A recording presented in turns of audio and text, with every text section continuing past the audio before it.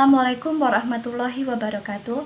Perkenalkan, nama saya Arlina Desa Putri, NPM 1901011008 dari kelas PAIB dengan nomor urut D038. Di sini saya membuat video ini untuk memenuhi tugas ulangan tengah semester mata kuliah Al-Quran, Hadis, dan pembelajarannya. Langsung saja untuk pertanyaan yang pertama.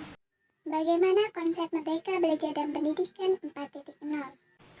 Konsep Merdeka Belajar sangatlah berbeda dengan kurikulum yang pernah ada dan digunakan oleh pendidikan formal di Indonesia. Konsep pendidikan baru ini sangat memperhitungkan kemampuan dan keunikan kognitif individu para siswa. Merdeka Belajar juga dapat diartikan keadilan terhadap akses pendidikan yang setara bagi seluruh siswa di Indonesia. Oleh karena itu, pemerintah membuat kebijakan afirmasi dan pemberian kuota khusus bagi siswa yang tinggal di daerah 3T. Industri 4.0 adalah momen penting dalam pemerataan kualitas pendidikan di Indonesia. Sebab pada tahun 2030 nanti akan menjadi puncak dari bonus demografi Indonesia. Secara umum, konsep Merdeka Belajar adalah sebagai berikut. Yang pertama yaitu asesmen. Konsep ini menekankan kepada siswa supaya siswa mampu menunjukkan kemampuan minimum hal literasi dan numerik. Yang kedua yaitu survei karakter. Pada konsep ini, pemerintah akan menilai secara menyeluruh kualitas pendidikan di sekolah. Bukan lagi tentang indikator, akan tetapi berdasarkan data hasil survei terbaru terhadap sekolah. Yang ketiga yaitu peluasan nilai hasil belajar.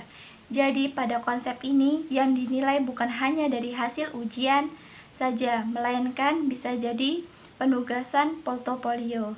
Dan yang keempat yaitu pemerataan kualitas pendidikan hingga ke 3T.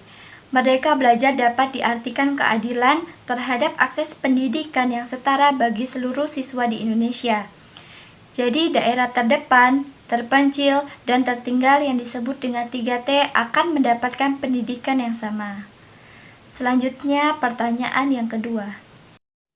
Apa rancangan perencanaan pembelajaran Al-Quran, Hadis, dan pembelajarannya yang Anda miliki dalam menyambut era pendidikan 4.0 ini? Keberhasilan peserta didik dalam pembelajaran adalah tujuan yang utama. Sebelum memulai setiap kegiatan, seseorang pasti memiliki perencanaan, karena dengan perencanaan, kegiatan yang akan dilakukan oleh seseorang akan berjalan dengan baik. Tanpa perencanaan, kegiatan yang harusnya dilakukan dengan baik dapat berubah menjadi berantakan, karena kita tidak memiliki gambaran dan manajemen tentang kegiatan apa yang dilakukan. Tak terkecuali dalam kegiatan pembelajaran. Bagi seorang pengajar, merencanakan kegiatan pembelajaran adalah sebuah hal yang wajib dilakukan demi suksesnya pembelajaran yang akan dilaksanakan. Di antara salah satu langkah yang harus dilakukan seorang pendidik yaitu menyusun perencanaan pembelajaran, evaluasi pelaksanaan, dan hasil yang dicapai dari tujuan yang sudah ditetapkan. Perencanaan pembelajaran adalah memproyeksikan tindakan apa yang akan dilaksanakan dalam suatu pembelajaran. Hal ini berguna untuk memperoleh kemajuan dalam perkembangan dan belajar peserta didik. Selain itu, guru dapat memahami perannya dan tugas-tugas yang harus dicapai oleh peserta didik, sehingga proses pembelajaran akan berjalan sesuai dengan apa yang diharapkan. Pertanyaan yang ketiga. Bagaimana strategi pembelajaran Al-Quran, Hadis, dan pembelajarannya dalam menghadapi tantangan era pendidikan 4.0? Strategi pembelajaran di era revolusi 4.0 ini adalah guru memberikan peranan penting dalam pendidikan di era revolusi 4.0 ini. Ada 3 hal yang perlu diperhatikan oleh seorang guru adalah sebagai berikut. Yang pertama, guru memberikan strategi pembelajaran yang memadukan sistem tradisional dan sistem modern. Guru membagi pertemuan menjadi 2 kelompok, yaitu 80% menggunakan sistem tradisional dan 20% menggunakan sistem online. Yang kedua, peserta didik diberikan tugas untuk menyelesaikan suatu permasalahan dengan mencari solusi di web-web yang berisi tentang Al-Quran dan hadis yang sudah terpercaya kebenarannya. Kemudian dalam pengumpulan tugas, peserta didik mengirim tugasnya melalui email. Yang ketiga, guru melakukan pembelajaran dengan sistem online, yaitu dengan memantau aktivitas dan memberikan arahan kegiatan positif peserta didik di sosial media, sehingga peserta didik dapat merasakan manfaat positif dari kemajuan teknologi yang begitu pesat dan dapat mengurangi terpengaruhnya negatif dari canggihnya teknologi tersebut. Pertanyaan yang keempat. Bagaimana pengembangan media pembelajaran Al-Quran Hadis dan pembelajarannya yang sesuai dengan era pendidikan 4.0? Media pembelajaran adalah segala sesuatu yang digunakan untuk menyampaikan pesan dan informasi dalam kegiatan belajar mengajar, sehingga dapat merangsang perhatian dan minat siswa untuk belajar. Landasan penggunaan media dalam pembelajaran harus dapat dilaksanakan dengan penuh bijaksana dan hikmah, agar pendidik dan peserta didik dapat menjalin komunikasi yang baik, sehingga tercipta suasana edukatif dan kondusif.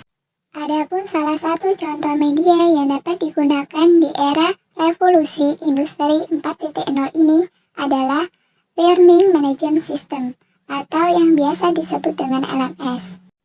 Pertanyaan yang kelima, apa pendapat Anda yang tentunya didukung dari berbagai teori yang kuat terkait evaluasi pembelajaran Al-Quran, hadis, dan pembelajarannya dalam suasana yang berdampingan dengan COVID-19? Pembelajaran di era pandemi COVID-19 ini adalah sebuah tantangan yang baru di dalam dunia pendidikan, karena sudah 1 tahun lebih pendidikan di sekolah negeri maupun swasta menerapkan sistem pembelajaran jarak jauh atau biasa disebut dengan daring.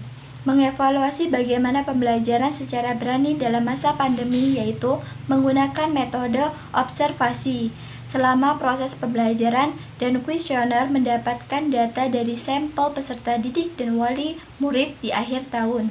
Pembelajaran tatap muka untuk saat ini dibutuhkan bagi semua murid, guru, serta orang tua. Walaupun kondisi masih dalam masa pandemi, pembelajaran tatap muka bisa dilaksanakan dengan mematuhi protokol kesehatan seperti 3M, memakai masker, mencuci tangan, dan menjaga jarak. Dengan adanya tatap muka dapat meningkatkan proses pembelajaran saat ini dan dapat memperkuat hubungan antara guru dengan muridnya. Itu tadi penjelasan dari saya, kurang dan lebihnya saya mohon maaf. Saya akhiri, wassalamualaikum warahmatullahi wabarakatuh.